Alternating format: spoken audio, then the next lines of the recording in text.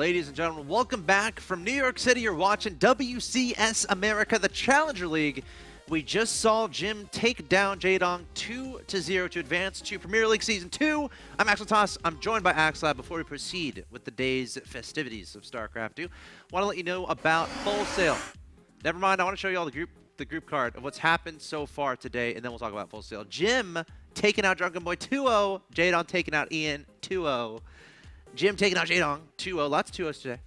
3 out of 5 so far. Coming up next is going to be Drunkenboi versus Ian. Of course, this is going to be a great match. Really looking forward to it. Are you looking forward to it, Nick? I am. Of course, the winner of this will, even if they end up losing to Jaedong later, will have the guaranteed spot in Challenger League next season, whereas the loser is going to have to requalify. Correct.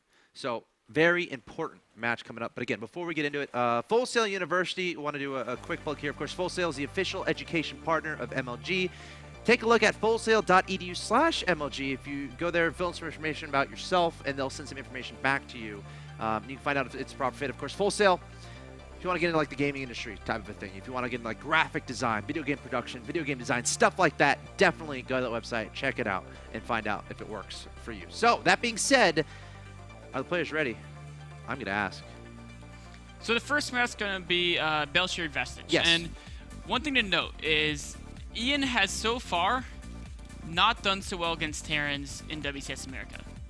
He's lost to Xenocider and he's lost to Major. Yes. And I think those are only 2 Terrans he played. Both those were 0-2 losses as well. Now, those are both great players, but Drunkenboi has shown some great play as well. So of course, I mean, he did lose to Jim, but who doesn't lose to Jim? Jim is really good. He is.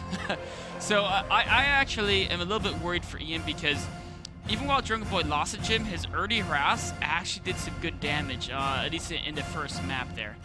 So that's his trademark. Drunkenboi is as crazy with his early drop play and mid-game drop play, and late game he's still doing drop play. And Ian's gonna be hard pressed to really just stabilize his basic, several basic economy in the opening. All right, we'll see what happens here. I feel like this could definitely go either way. Your Red Zerg player in the bottom right-hand location. He hails from Taiwan and represents Team Yo Ironmen. He fell in his first match today to Jaedong. Now he's going to try to get a rematch against him in the final match of the night. He is Ian.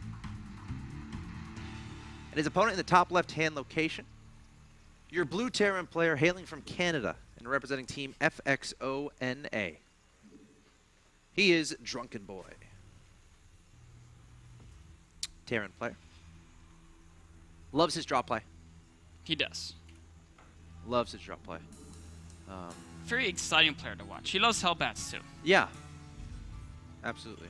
Which is, I like Hellbats as well, so it's always fun to watch him play. I'm curious to see how he's going to play TVZ though, because I'm trying to think. All the games we saw him play State, we just saw him, of course, play Gym. Earlier, I believe we saw TVT with him in the bracket stage as well. I can't recall his exact path, but Drunkenboi? Yes. He went 1-2 against State in the Challenger League bracket, so he didn't win. Oh, he didn't. Okay, so it's just we haven't seen too much of him. Oh, it must have been in the qualifiers earlier. Yes. I think I might have seen a TVT. Yeah. Trying to qualify for Challenger League. But anyways, I haven't seen him play some TVZ yet, so I'm excited to see. Is he going to do that same crazy aggressive drop everywhere style against Zerg? I mean, it can work against Zerg just as well as it can work against Protoss or Emir. So one part of me just says, why not? If it's how he plays other matchups, why not play TVZ just the same? Drone Scout coming forward here from Ian, though he decided not to venture into his opponent's main, which is interesting. Just spotted the barracks and the supply depot, and then decided to back away. I mean, that's all he needs to see. You don't think getting a gander of the gas would be nice? He probably assumes it's a Reaper opening. Okay. It's really a question of, does he want to be 100% sure it's not some weird 2-gas opening, which is exceptionally rare, or would he rather keep the drone alive? Because if he wanders in, of course, Depot comes in behind it and the drone dies. Yeah. And it looks like the drone was given that decision, and the drone, being a selfish creature, decides to return home and go back to mine. I would say more efficient than selfish, maybe. Okay. Is that fair? Yeah. Oh, the SCV getting surrounded, shouting Hodor, but not going to happen. He's going to fall. It's not big enough to handle the drone surround. And now the Reaper coming forward. Let's see if he gets surrounded. the Reaper gets surrounded by drones, that's an embarrassing moment for the Reaper. I've surrounded a Reaper before. And that Reaper was probably embarrassed. It probably was. Reaper's gonna try to cut. Yeah. Of course, until speed gets out or a couple queens, Reaper can be pretty annoying. It can be. Goal here is to be very cautious of what your opponent is doing, consistently scouting your opponent's main natural expansion, and then if you could be really fancy, snagging the drone that's going to take a third is actually super cool when you can get away with that. Zerg players have gotten so much better over the last month at defending this Reaper harass. I remember early on, Terrans would get like 3-4 Reapers just because they knew they could do so much damage. Right. Just killing, I mean, the first one would kill like 2 drones, but Zerg players between, you know, turning drones into buildings before they die, pulling them back early, zoning out the Reaper, combining the queens and slow Zerglings to just try to zone it out. The Reaper is almost more scouting than damage dealing nowadays, unless you really want to commit to a whole ton of Reapers. Drunkenboi is going to get the single Reaper. His next gas going to get that Armory and Factory. But the Factory has a... I think he's going to switch it over onto the reactor. Yeah, and switch probably. the barracks over to the tech lab and make stim on the... You know, getting the overkill is pretty nice. And I don't know what exactly did... I don't think the Overlord saw anything. He saw... I think he saw the Factory and, okay. the barracks. But he didn't see the Armory, right? Correct. He did not see the Armory. The Factory, Zerg would probably assume anyway. Pretty much every Terran player is going to go Factory against Zerg because you want to have something on the map to scout if the Zerg's attacking, and also, of course, to help slow creep spread. The Reaper can do that up until it gets killed by Speedlings, which is going to be soon. Is inevitable. Yeah. In fact, it's just this right now. Yeah. Oh. Oh, being tricky, but almost. Tried to make it happen. Now this is interesting. He's actually going into tank production. Okay, he just made 1 tank. I'm fine with that. Because some Zerg players, some Zerg players will like do a little roach thing, especially like a player like Life. Not too numerous, like 7 or 8 roaches, but the tank helps so much against that. And honestly, I might go as far as to say it completely shuts it down. And what's so important is the positioning of the tank. You want to make sure that the roaches can't easily pick off that tank. It's your most important defensive unit. So wherever your wall is, wherever the closest roaches can get to that tank, make sure it's placed back far enough that they can't gain easy access to it. He's going for a stim and going for that Hellbat follow-up. And on the other hand, Ian is getting the Roach Roar. He does have a significant amount of minerals saved up. And supply. Yeah, so we're definitely going to see some roaches. Is it... Interesting, he's getting the 2 Evo chambers before the roaches. He might only get a few. I think he's just going to get Did he spot the tank, maybe? I don't know if he spotted a tank. I think he's just getting defensive roaches. And, okay. I mean, the question is why didn't he get the Evo chambers a little earlier? Don't know, but just the way the build's going. Actually, 9 roaches. I thought we'd see 4 or 5. 9's a kind of... It's something you're aggressive with. Yeah, generally. but the timing of it's kind of weird because it's almost... At this late in the game, 9 isn't really enough to do a lot of damage. But it's also more than you need to just defend drop play. Now, when your opponent starts moving out like this, like we can see that there's a little bit of move out, if the Zerg can spot this, then they want to start making more roaches or more speedings. This is actually cool. He's using the Hellbats not to drop, but to keep speedings at bay from the army. This is the push that always kills me. Yeah, I don't think it's going to get through roaches. I mean, Ian saw, so we're going to see more roaches being built. Bainley Nest just now in production. Oh, he's supply block. Okay, no, he's not. Okay, yeah, good. Sorry, just for a second there. Actually getting speedings, not roaches. Did he see the 4 Hellbats? He should see it now. He needs to bring all his roaches together, which is exactly what he's doing. Okay, 5 more roaches in production. Queens help out a lot too here. Does not want to lose the Evo Chambers if possible, but looks like one of them might go down. Wow, this is actually a really crafty push here for Drunkenboi. Ian just doesn't have necessary units as of yet, but now he's going to try to engage with the Lings. The Lings just going to singe away to those Hellbats. The Roach is trying to target down the tank and going to back up, waiting for more reinforcements. 20 more Lings in production. 1 more Roach just popping out and going to be engaged, so he is going to clean this up. Yeah, he has enough Roaches now. I was a little surprised he didn't make those Roaches as the army moved out. But he's going to be fine here. And you know, this was a 2-base push here. Actually, wait, there's another medevac. Is there a drop at a 3rd? Oh, it's going into the natural.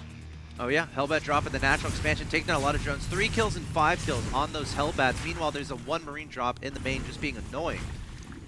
And this should eventually get cleaned up. In fact, you can just pick up the Hellbats and go find those drones even and try to drop it on top.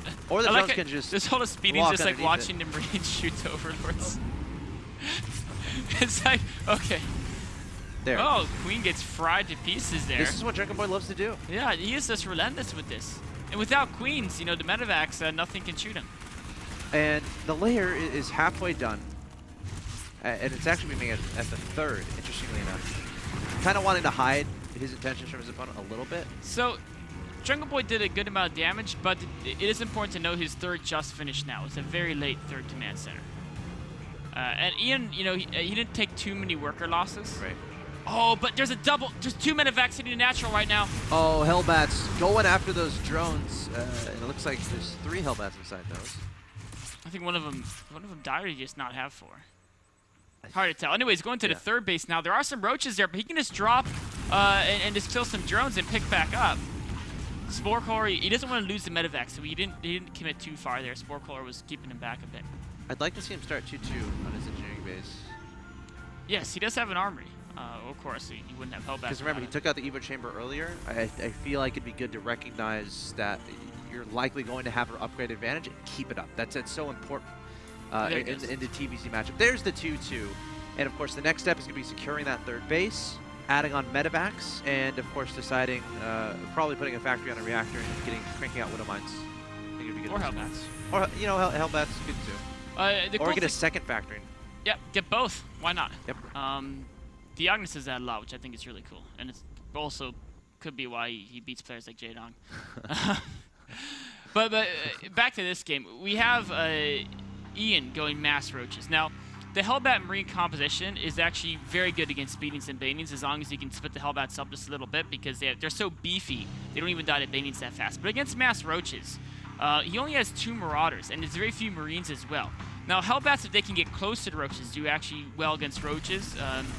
But on creep with the roach speed advantage, they can kite around very well. And also against roaches, Hellbats have to bunch up as they approach the roaches.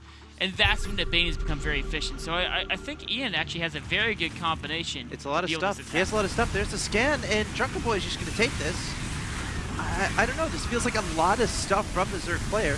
It is. I mean, Ian just has so many units there. And Drunkenboi scanned it, so he knew that. He took the engagement, which is a little bit surprising to me. Well, the medevacs are alive, which is the expensive part of the army. Fair enough. It's kind of weird because on the one hand, you lost the battle. On the other hand, he actually didn't lose too many units because it was all just cheap replaceable units. But the units he lost could make him weak to a counterattack. All right, let's see what happens. A bunch of roaches sprinting across the field. The Lings staying back in the main to try to deal with this draw play. There are a lot of Marines and Marauders here. Remember, 2-2 is not yet done. No bunker in this area, and they're kind of spread out a bit. So he's just trying to hold that with just a clearly inferior army. Oh gosh. Okay. I mean, his third is obviously has to be banded. Yeah. And the drop was deflected as well. I mean, it did a nice job of killing some units, but it was pretty much deflected. It's returning home now, but there's nothing really in those medevacs. Just a couple Marines left. Of course, very important to keep those medevacs alive. They're the expensive ones. If you don't have to replace them throughout a game, you're going to be very happy indeed. Now, no additional tech from Ian as far as Aspire, as far as infestation pit, stuff like that. And that 2-2 you were talking about earlier is now done. Ian's still only on 1-1 for the Zerglings, with no 2-2 even started yet. So yes, the third was not a Drunkenboi, but like you said, there's no tech from Ian. He's really committed to this low tech composition. And Drunkenboi's medevac count is getting to the point where the roaches are going to start to do almost nothing. Once there's a medevac per unit, roaches basically don't really do too much anymore. Obviously, they still do something, but it's going to be all down to the Bane units. This is scary. This is very scary. I would love to see a siege tank, but again, the factory is still attached to that reactor. Only Marines Marauders here. Only 2 bunkers, and Ian is going for it right here, right now. He's pretty darn all in. Remember, he only has 1 carapace. He has no. I think he has 1 melee as well. The Baneling's detonating into the bunker, trying to track down the Marines and Marauders. Marauders going to be taking most of the damage. The Marines sprinting back behind the mineral line, but the Banelings are going to be targeted down. So a lot of Marines still alive, and now there's about 10 Banelings in production here from Ian, so he's not yet done with this. Can he get those solid connections he needs? Oh man, you know, he's killed a lot of SCVs, but there's so many medevacs there. The Baldus isn't dying, and there's a counter drop hitting the lair of Ian, and there's no response to it right now. There's a few Zerglings being mustered up, but the drones are being massacred here. And this is a situation where Ian kind of had to win with that because Drunkenboi has the 2-2. He has a ridiculous amount of medevacs in the air. This is what 2-2 does. This drop is not dying. I think it killed like 40 Zerglings or some insane amount without even, like, nothing died there. Now he's counter pushing here. Big follow-up push. Ian's gonna need a horde of like speed baiting connections. He's trying to morph some now. but it looks like he's only morphine 8. 8's not going to cut it, man. And there's a Hellbat in there too, and even a single Hellbat or two against a predominantly speedly-based composition are going to work wonders. Leave the Marauders in the front, peel the Marines back, let the Marauders take that damage. This is exactly what's going to happen, and there's nothing that kills this right now. Yeah, not with that many medevacs. You just can't. Oh, the mule's being dropped. Some Banelings trying to be heroes, but again, it's just too much. There's the GG, Drunkenboi. Wow, taking game 1, defeating the Taiwanese player. Nicely played. It was. It was really nicely played. I mean, there's some moments where, you know, it's like they won battle, right? Where Ian had a whole ton of units. Yeah. It was weird because Drunkenboi, he lost the battle, but he didn't actually trade that horribly because his army was so much smaller anyway, and he saved all the important units. It's like, yeah, he lost like 8 Hellbats and 10 Marines, but it wasn't that big a deal. But that was where he got so far ahead in upgrades is what really helped him out that game. Yeah. And killing that Evo Chamber with his first attack. Yes, the first attack was stopped. When he killed that Evo Chamber, that's huge because the Zerg just took forever to get 1-1. He never went to 2-2. And then, I mean, with Bio versus Speedlings, upgrades are like 90% of the battle. And like throughout all that, Ian's making units and not necessarily drones, not necessarily proceeding with his tech. So Drunkenboi throughout that game just being completely relentless. Attack, attack, attack, attack, attack. Ian never really able to take a breath and really focus on his game plan. So Drunkenboi taking game 1 there, guys. This is a best of 3. So we got game 2 coming up after a quick break.